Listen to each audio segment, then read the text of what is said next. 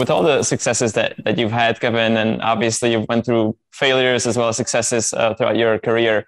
Now, if you could travel back in time and meet your younger self, what would be like the piece of advice that you'd like to pass on to the younger self? And it doesn't have to be one specific piece of advice per se, but could be a couple. Is there any like, list of lessons or specifically that you like to pass on?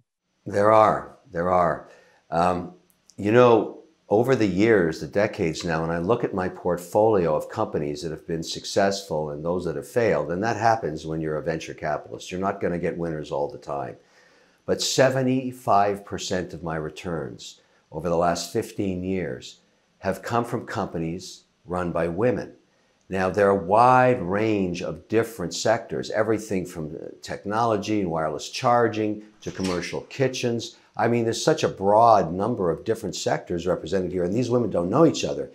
And so I've learned to listen to the information. And here's what I learned. One of my CEOs, a woman that was running an online wedding business where she was basically originating about $500 million worth of gifts to bridegrooms and bridesmaids. It's a fantastic business, very profitable, partnership with PayPal. And she told me, Kevin, I'm going to make an observation for you that you should consider. Most people during their day spend 2/3 of their time talking, only 1/3 of their time listening. She said, why don't you reverse it? Why don't you try shutting up and listen 2/3 of the day and talk 1/3? You'll become far more powerful. You'll become far better at investing. You'll have more knowledge. You'll have more information. Well, guess what? She was right. It's very hard for people to shut up and listen. And that's what I do these days. I listen. I try and garner information. I try and mitigate my risk. I try to understand each business model. The key to success that I would have taught myself 20 years ago would have been shut up and listen. I would have gotten where I am today much faster because I've made plenty of mistakes in my career by not listening. That's amazing. I loved it. I think it really resonates with our audience as well. That was really, really right, insightful. right. And Kevin, over the years, you kind of, how people in looking at Shark Tank used to call you arrogant, but you're just being real with them, and you're just like a numbers guy, and you're so strict about it. But now, you are really something have changed. I don't know what exactly, but you are more reachable, I would say, in terms. Is that true? Do you feel that change within yourself over the years now? I would say something that I agree with you on here. What I've learned about really great investors and great managers and great entrepreneurs, that they have a balance in their lives. It doesn't mean they don't work 25 hours a day. What it means is, for the strength of being entrepreneurial and understanding the numbers and leading a business with all the hardships you're going to have, and you will have them, most of these successful people have another side. For example, I recently hired a CFO, a fantastic woman, who started her career as a professional dancer, ballerina. She still keeps it up to this day. She still gets up at 5 in the morning and practices. And so that discipline makes her a better manager. The yin and yang of the arts and the chaos and the challenge of dancing versus her role as a CFO are a perfect match and make her far more functional, far more successful, far more productive. So in my life, I'm trying to pursue the arts. I'm a collector, I'm a guitarist, I have a very large winemaking business, and I spend time blending those wines. And I'm trying to become, the world's largest watch collector. And I thought I was until I went over to the United Arab Emirates recently and realized I'm a nothing burger compared to those guys.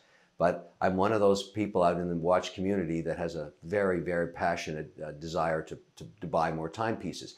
They all balance me against that, harsh reality of business, because I got to tell you, today we're managing right now 34 portfolio companies. Every day we have chaos in one of them and euphoria in another. Every day something great is happening. Every day 15% of them are being acquired, and we're adding 2 new companies this week we've been investing in. But my point is, it's chaos.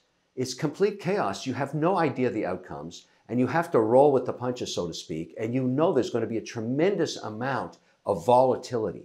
And you have to find that inner space where you think about that guitar riff you're playing, or thinking about the wine you were making last week. You just gotta balance the pressure. You know what I mean? That's why I think I'm different than I was maybe even 10 years ago or 5 years ago.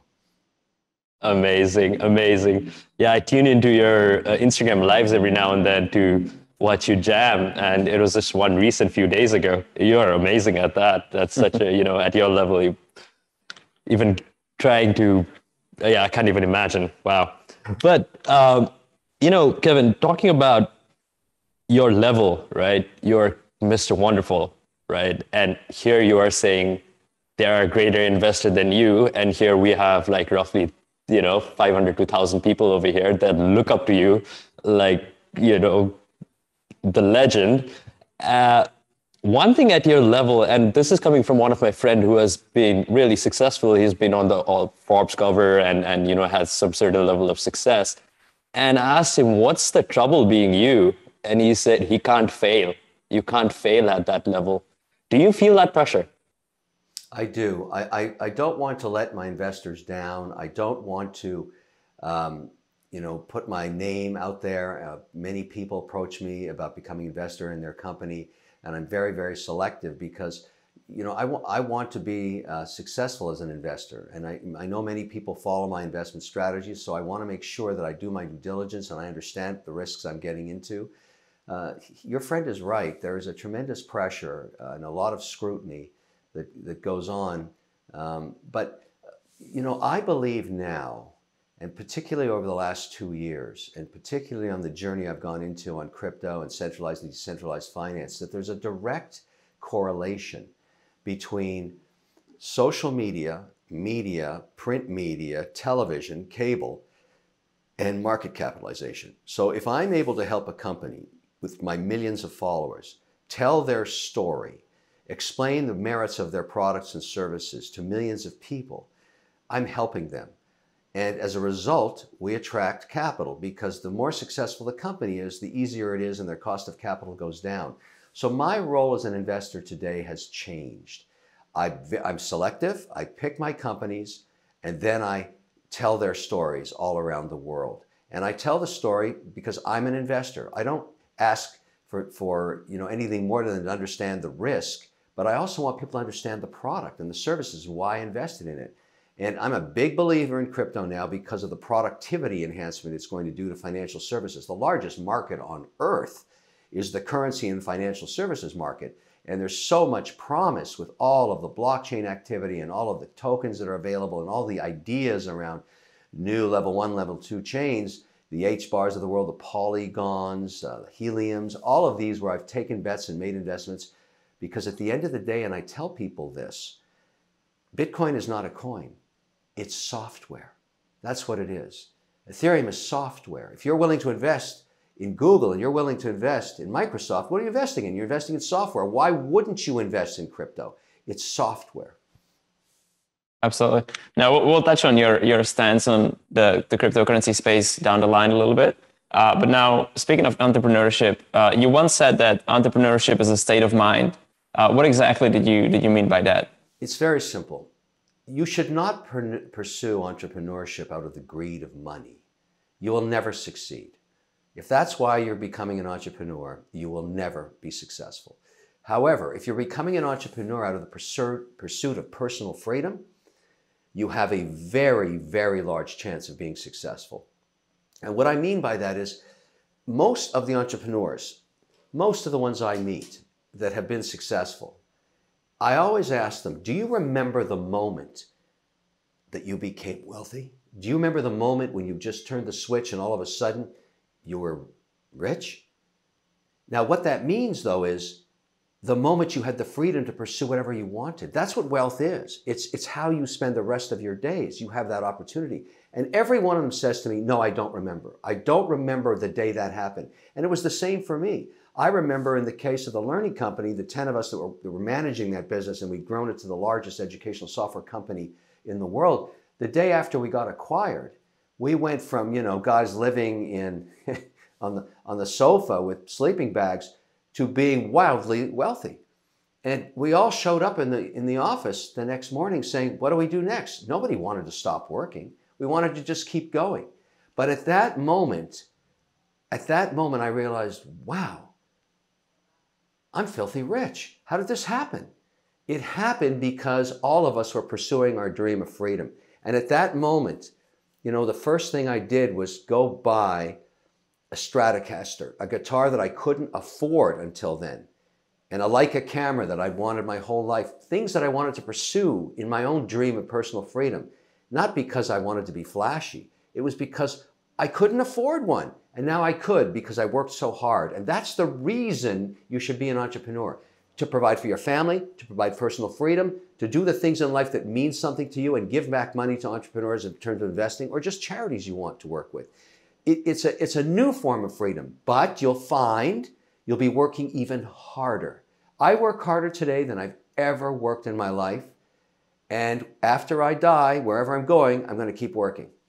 Love that answer. That's amazing. You know, for me, it was not necessarily making money. Obviously, that was a big part. It started like, you know, it was more survival. I needed money. Obviously, had like fancy taste and wanted to fulfill that. But then when the time came, something was missing. Like, you know, what was it? And then go back to work again. And then an act of service came from within.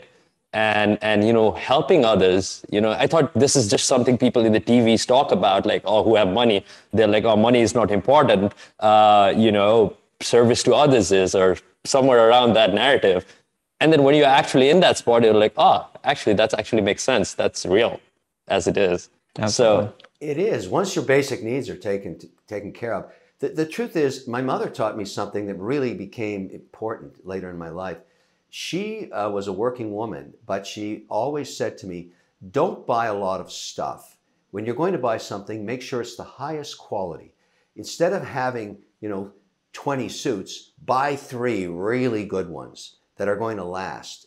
Buy a good watch, not a mediocre one. Buy something that is meaningful to you. And when she passed away and I became the executor of her estate, she had all these Chanel jackets that she had worked for 6 months, a year to buy as a young woman that were still in style as classics. And all the women in my family fought over them because they were almost priceless. These classic Parisian Chanel, you know, dresses and suits and jackets that you know, Audrey Hepburn wore. And they were 20, 30 years old, but they had become classics. And these things are now vintage. This is really something to think about. When you make an investment, you're taking money that could be invested for the future and you're putting it into something. Make sure what you're buying goes up in value too. And you can do that. You don't need to buy a lot of junk. I don't spend a lot of money, but when I do, I buy something really valuable, like a watch, which, you know, I love. And my wife thinks I'm crazy. I have so many watches now. If I wore 5 a day, I could never get through them in a year. So it's crazy, but I do it as an investment. And so far, it's been one of my most successful in the last 2 years. Wow. Yeah, I was looking at your video with some interviewer, and it was, your first watch was Omega, I believe, right? The Omega Speedmaster 1975 edition, that they made one of the calibers that they were worried about were going to space. So they really worked hard on those first models and those late 70 vintage pieces. And now there's a new Omega Speedmaster called the Snoopy, which has Snoopy on a rocket ship going to the moon on the back through the crystal. And that watch has set the brand on fire. It is one of the most collectible pieces on the world, very, very hard to get. Omega is going to make me a one-of-a-kind with a red strap for Shark Tank Season 14. I'll be wearing it. But that watch took off at Bitcoin 2021 when somebody said to the moon on stage wearing a Snoopy, and the watch went up in value 1,000%. Everybody in crypto wants one now. Yeah, no, it's the investment, because I got an Omega Seamaster over here, and I got it from my dad, which he bought it pretty much. It's one of the in the James Bond time, the iconic blue Omega. And he bought it, I guess, back then, before I was born, at like for $900 or something like that. And right now, this thing is going for like $12,000. I'm like, okay, now that is some, you know, good returns over there for your $900. Don't sell that watch. You'll never get another one. And the emotional attachment to your father, right? Yeah, absolutely. This is not going. This is going down to my daughter. Absolutely. And you know, my wife is stealing all my watches now. Women are wearing the larger dials all over the place. My FP Journes, my absolutely. Pateks, my Rolexes, I always see them on her wrist. And she says, oh, I had 2 links removed and I lost them. Another way of just stealing my watch. That's it. I want to go back to question about entrepreneurship, right? What would that one advice be? Like, for instance, like for me, 24 years old, as an entrepreneur, one thing that I should do and should, pray every day on, what would that one advice be? So let me give you 3 points that I think are very important that I would have said, 10 years ago were the 3 points, but now there's a 4th that are essential in you as a CEO, as an entrepreneur, that you must have the ability to do. I've seen this over decades. This is the definition of leadership. When you're an entrepreneur and you're starting a company, number one, you have to be able to explain your opportunity, your idea in 90 seconds or less. And why you have to be able to do that is people will follow you if you know where you're going. And if you can't explain in 90 seconds or less your big vision, your idea, what is it? What product or service are you going to create that's so incredible? Then you'll fail. Number 2, explain why you are the right entrepreneur to execute on that idea. Great ideas are a dime a dozen. Executional skills are very, very hard to find. So what is it about you that can execute on this plan? Have you done it before? Have you worked for a competitor? Have you failed 3 times and now you know what you did wrong and you're gonna get it right the 4th time? Whatever it is that attaches you to that idea is very important to be able to explain. Now, number 3, and this is extremely important, know your numbers. How big is the market? How fast is it growing? What's your break-even analysis? How many competitors are there? When is your volume going to reduce your input costs? Everything about the business model you need to know. If you don't know, have somebody with you because investors are going to ask you that. In the context of Shark Tank all around the world, you get the first 2 right and everybody wants to invest in you, including me, and then you don't know your numbers, you deserve to burn in hell and I'll put you there. I mean, you have to know your numbers. That's it. Now, lastly, and this has happened over the last 3 years, consumers all around the world are getting hip to ESG. It's not just a marketing scam anymore. They want sustainability. They want companies with a mission. They want companies that give back. They want companies that understand we're all human beings. This is not a marketing scam. If you're a company that's only in it for profits of your shareholders, you'll be shunned by consumers. They want to see that you care about other people too. Now, that doesn't mean you have to be less profitable. What it means is you have to show compassion, you have to give back to the community, and you have to work under an ESG mandate. Here in South Florida, where I am now, or when I go, anywhere in Asia, people care about plastic in the ocean now. They don't want that anymore. They're actually thinking about it. So they care about what you do as a company to help sustainability. And it's the companies that are providing those mandates in their mission are wildly profitable now, are far more profitable because they attract very loyal customer bases. Think about that. Get these 4 points right. This is the essence of entrepreneurship and leadership because you have to have a mission in addition to being able to operate a business with great executional skills. If you like that video, wait till you see my next one. Don't forget to click right over here and subscribe.